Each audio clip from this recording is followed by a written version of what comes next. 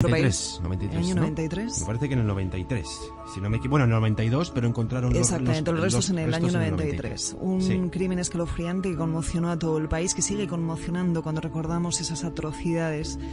Y bueno, siguiendo la línea, ¿no?, de periodismo de investigación que llevas a cabo en esta primera clase, cuéntanos cómo vas a conformar el programa, con quién contamos. Primero voy a hacer una pequeña introducción y luego te diré a los invitados. Mira, se conoce con el nombre de Caso o Crimen de Alcácer a un crimen ocurrido en España la noche del 13 de noviembre de 1992 en la localidad valenciana de Alcácer.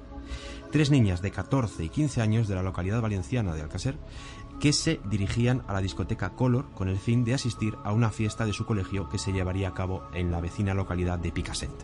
Fueron secuestradas, violadas, torturadas y finalmente asesinadas. Las niñas se llamaban Miriam García, nacida un 28 de julio de 1978, fallecida supuestamente un 13 de noviembre de 1992, por lo tanto tiene 14 años, Antonia Gómez, nacida un 25 de mayo de 1977, fallecida un 13 de noviembre de 1992, supuestamente de 15 años, y Desiree Hernández, nacida un 17 de febrero de 1978 y fallecida también supuestamente en esta fecha, el 13 de noviembre de 1992, con tan solo 14 años. Los hechos ocurrieron en una montaña próxima al pantano de Tous. La búsqueda de las niñas se prolongó durante más de 2 meses, tuvo una fuerte repercusión en los medios de comunicación nacionales que comenzaron a llamarlas las niñas de Alcácer.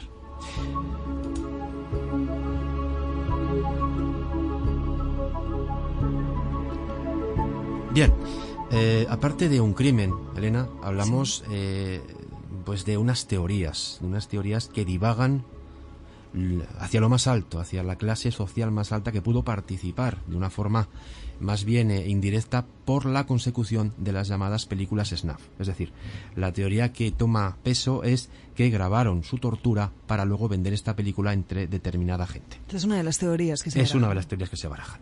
Bien, tenemos con nosotros a 2 amigos de este programa. En primer lugar tenemos a Luis Borrás Roca, que es criminólogo, psiquiatra, médico forense en excedencia y profesor de medicina legal en la Facultad de Medicina de Barcelona. Buenas tardes, Luis. Hola, buenas tardes. Y por otro lado, a otro amigo, Salvador Ortega, que es licenciado en criminología y experto en ciencias policiales y forenses. Buenas tardes, don Salvador. Muy buenas tardes, Luis. Luis no, Vidal, que soy yo. Sí, a mí no me olvides, Salvador. ¿Se ha ido Luis por detrás? No, Luis y Salvador estéis aquí conmigo. Muy bien. ¿Qué os parece el tema que hemos propuesto?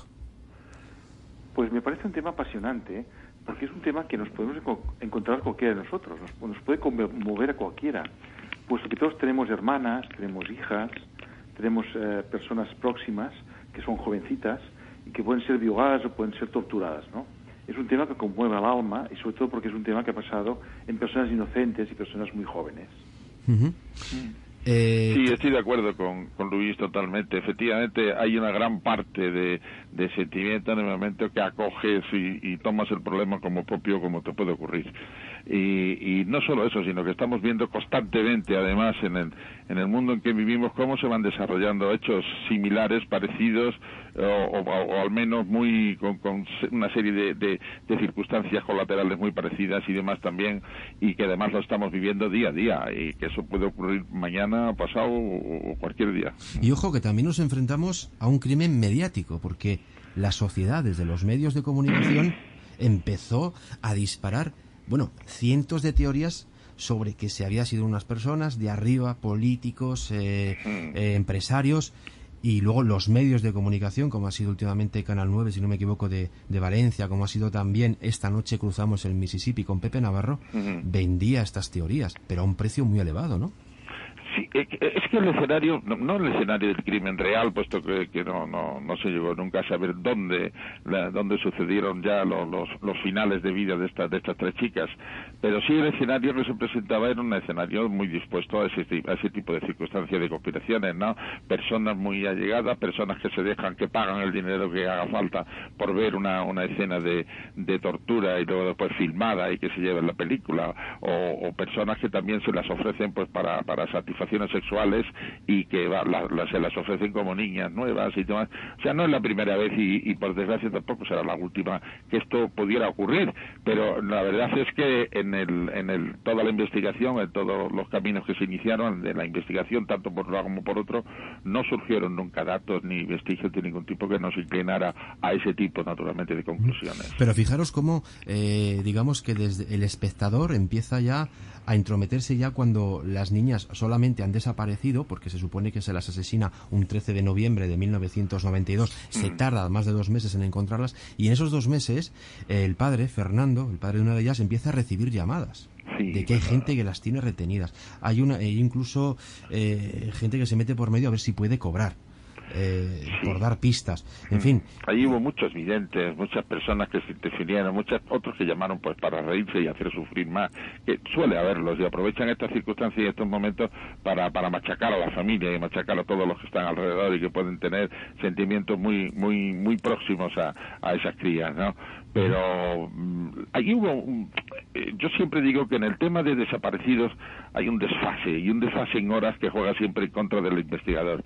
¿Por qué? Pues porque existe un gran porcentaje de desapariciones que después se resuelven porque o son personas mayores o son personas que han perdido en fin, que tienen un tipo de demencia y se pierden y no saben volver, y hay un alto porcentaje de personas que desaparecen y un alto porcentaje también de personas que voluntariamente se quieren perder de su lugar habitual, y eso da al traste pues que con que la gente dice, no, es que hay que esperar 72 horas para poder iniciar una investigación policial. No, yo soy contrario a esa manifestación, pero voluntario total. En esas primeras horas, la pérdida de esas horas juega un papel nefasto y negativo para cualquier investigador. Cuando se inician investigaciones con posterioridad, siempre vamos de retardo y además en unas situaciones ínfimas, en unas investigaciones que por la mayor parte de ellas no dan resultado, pues justo porque no se han comenzado a tiempo. Bien, la historia, el planteamiento es el siguiente. Estas jóvenes, creo que era una tarde de un sábado, si no me equivoco, acuden a casa de una amiga para que las lleve a la discoteca Colors, si no me equivoco. No, fueron a ver a una amiga que estaba enferma. Por eso, pero era a ver si esta amiga las podía acercar, ¿no?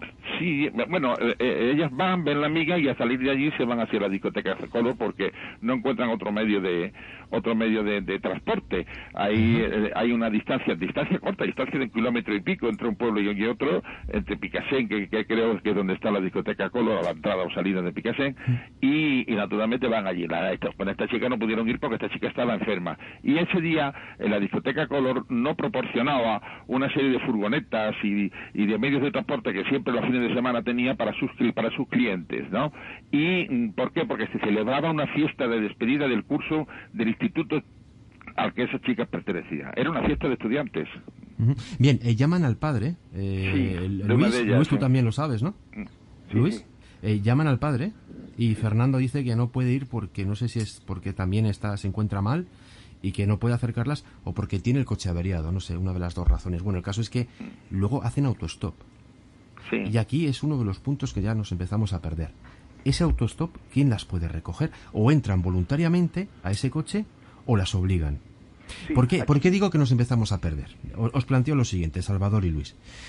Los cadáveres posteriormente son encontrados en un lugar muy accidentado, es decir, un terreno que para nada es llano. Ese terreno es un terreno un poco especial, ¿eh? Entonces, como un coche, se supone que con 5 personas puede llegar hasta allí. Un simple utilitario cuando tienes que ir en un 4x4 y tardas en llegar, creo que unos 50 minutos. Sí, no llegas además al mismo sitio donde fueron a encontrar los cadáveres. Tienes que quedarte un poco más abajo. Entonces, mi planteamiento es, si os parece bien, ¿fueron con ellas ya muertas o las llevaron vivas hasta allí? ¿Y cómo fueron ellas hasta allí con ellos? ¿Les conocían? Sí, claro, aquí se plantea la duda de si realmente el crimen ocurrió en el lugar donde fueron encontradas las niñas o fue más lejos, ¿no? Y parece ser que en el levantamiento del cadáver, que se hizo bastante mal, ¿no? Levantamiento, después ya lo comentaremos, ¿no? Pero se encontró pues que había mucho barro, sobre todo en los pies de las niñas había mucho barro. Y además había llovido pocos días antes, ¿no? Entonces esto pues postula la hipótesis de que hubieran caminado un trayecto hasta llegar donde aparecieron enterradas, es decir, que no murieron donde fueron halladas, sino que fueron asesinadas en un sitio más lejano. Sería una hipótesis, ¿no? Incluso se cree pues que como llevaban tanto barro, pues que quizás se ahogaron en algún sitio, que hubiera un estanque o algún sitio. Es otra teoría que se barajó también. Sí, ahí efectivamente es un camino impracticable.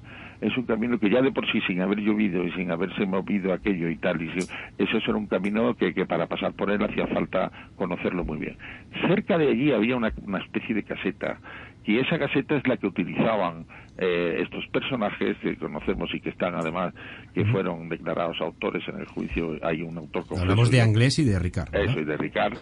Pues esa caseta la utilizaban pues para muchas cosas. Parece ser que allí pues tenían relaciones con homosexuales, había gente que subía para comprar droga o para a consumirla allí, en fin, que era una caseta que yo supongo que nunca se pudo comprender cómo esa caseta la habían formado allí, pero en realidad lo que sí ocurrió era que estaban usadas casi siempre por Ricard y por Anglés.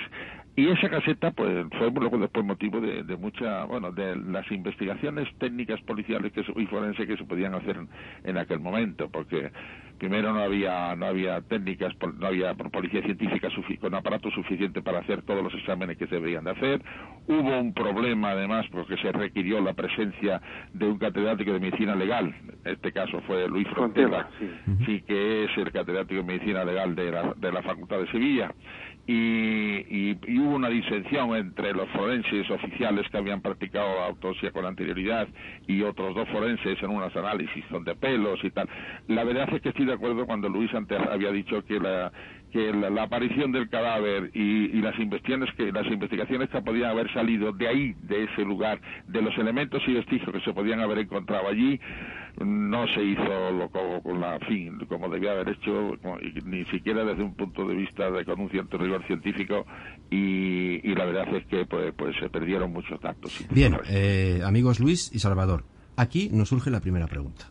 Es decir, no sabemos si llevan cadáveres, pero es que un coche, que dicen que es incluso complicado, y llevar el peso de 5 personas, yo no sé hasta qué punto. Pero te planteas muchas preguntas, ¿no? ¿Por qué aparecen allí? ¿Han sido muertas allí? ¿No han sido muertas allí? O sea, porque todas han sido, en fin, todas mueren por disparo de una pistola, un disparo a la cabeza, y según la autopsia parece ser que a bocajarro. No se dan más datos, no se hicieron análisis de pólvora, no se hicieron análisis de muchas cosas más. No se y el coche no se llegó a analizar, ¿no? El coche no se llegó a analizar. Bueno, no, el coche ni el coche ni la moqueta sobre la que estaban todos los cadáveres, y ahí aparecieron cadáveres con la cabeza desprendida, y hubo misterios de que le habían cortado la cabeza, y cuando el soporte muscular, eso Borrás, que además es médico en ejercicio, lo podrá explicar mejor que yo. El soporte de los huesos son los músculos y los tendones. Cuando ha pasado un cierto tiempo ya no aparece eso, ¿no? Con eso iremos luego. Vamos a hacer ahora una pequeña pausa musical, si os parece, y seguimos después.